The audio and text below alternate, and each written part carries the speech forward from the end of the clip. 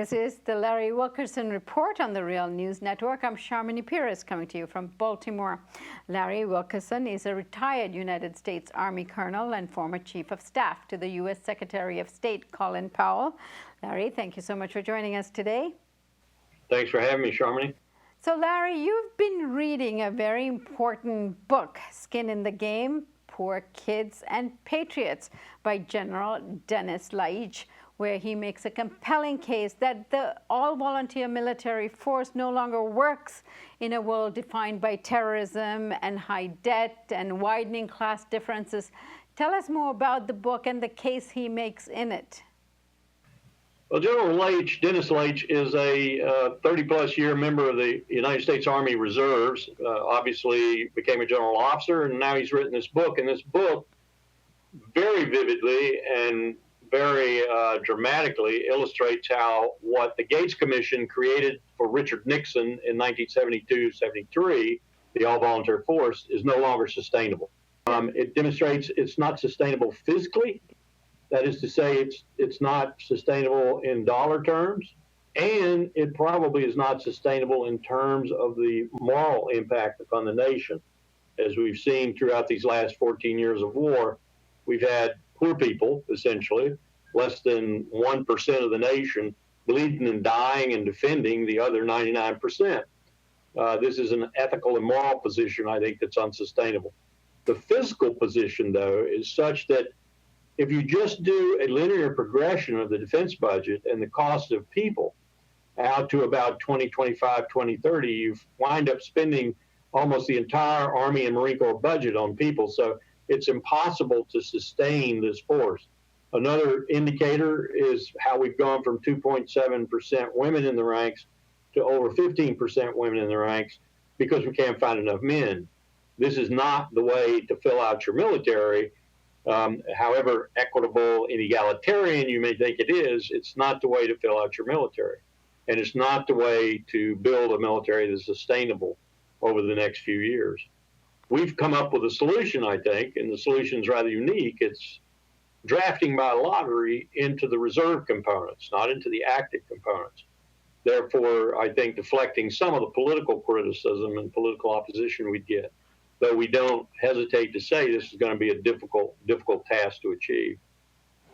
And one of the other issues surrounding this question is the fact that the United States used to have a military and military that is equipped to respond to in a situation of war if needed. But now we seem to be in a perpetual state of war where we're constantly financing the military and arms and the military forces to be able to respond to war all the time. What do you make of that? I think you're onto a point that we see as part of this ethical moral dimension of this all-volunteer force. It is clear to us after lots of conversations with military leaders, with civilian leaders, national security experts, and others, that part of the reason that the President of the United States feels no real strain or pressure about going to war and staying at war is the fact that no one has any skin in the game. When you've got people who are not capable really because of their intellectual capacity or more often their ability to pay to be in college or to be in some other more productive employment than being in the military, then they have to be in the military.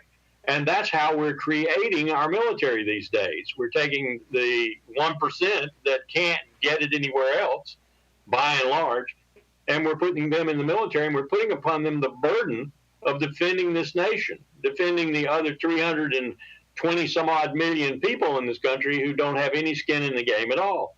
When you have congressmen with no skin in the game, when you have business leaders, corporate leaders, others, religious leaders, no skin in the game, then you have the ability to go to war without any real restraints on you.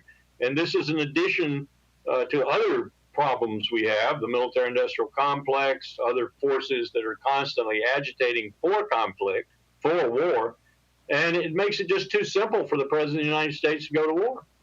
Larry, if you replace the current volunteer system to address the class nature of our military with a draft system, how would it change the nature of the force?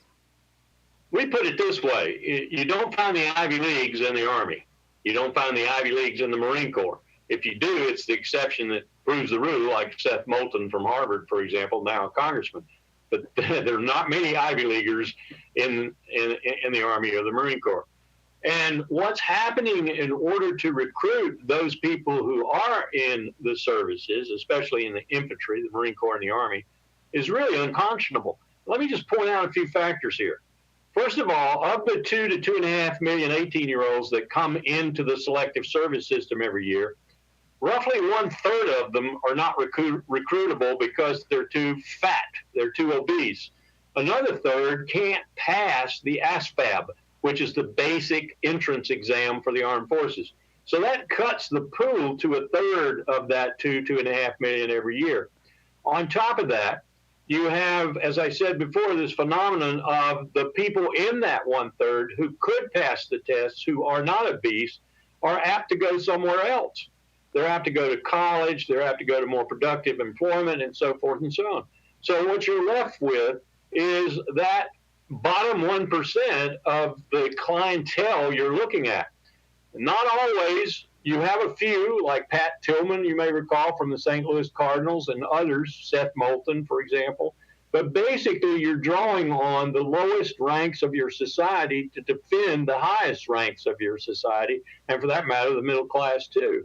That's why you find so many soldiers coming from states that are deprived economically, like West Virginia, for example, like Maine, for example, like Oklahoma, for example. There's a problem here that we have in this country. It's an ethical and moral problem, but the fiscal problem, the dollar problem, is going to eat our lunch.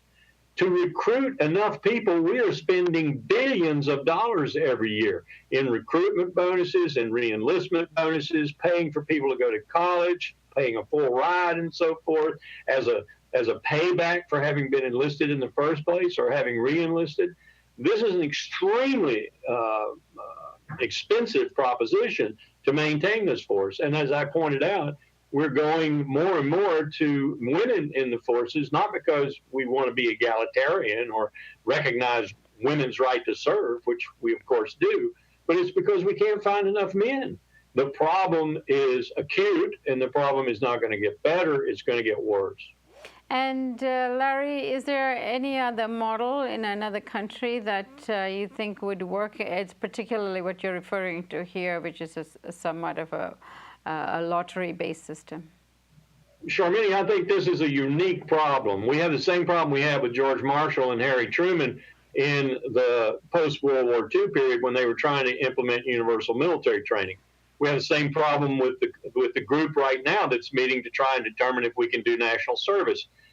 The cohort that comes into exposure to selective service or to national service is so big that if we were to employ them universally, we'd bankrupt ourselves too. You'd have to pay them something, and we'd bankrupt ourselves. Whether they were in the Peace Corps, in America, Teach for America, in one of the 5 armed forces or whatever, if we employed them all, we'd bankrupt ourselves. And we already know from what I just told you that only 1/3 of that cohort is able to get into the armed forces. So when you look at this and you look at it closely, you begin to understand that you need some form of mandatory service that's selective. That is to say, it's not the whole cohort.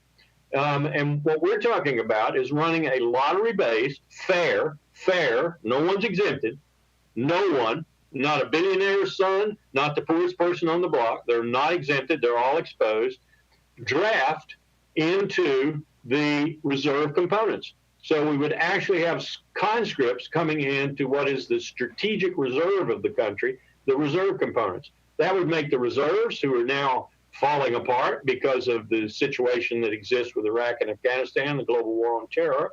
They've turned into an operational reserve rather than a strategic reserve, as they've always been before. You have reserve component soldiers, sailors, airmen, Marines now deploying every 3 or 4 years. That's unacceptable to employers who will refuse to rehire them. It's unacceptable to governors who need their National Guard, and so forth. So we're talking about beefing up the reserve components. We're talking about drafting into the reserve components on a lottery-based, fair draft. And we're talking about reducing to a certain extent the active components because of that. And we're talking about saving anywhere from $50 to $70 billion a year by doing that, which is essential if we're going to survive physically in terms of the armed forces. Larry Wilkerson, I thank you so much for joining us today. Thank you for having me, Charmaine. And thank you for joining us on the Real News Network.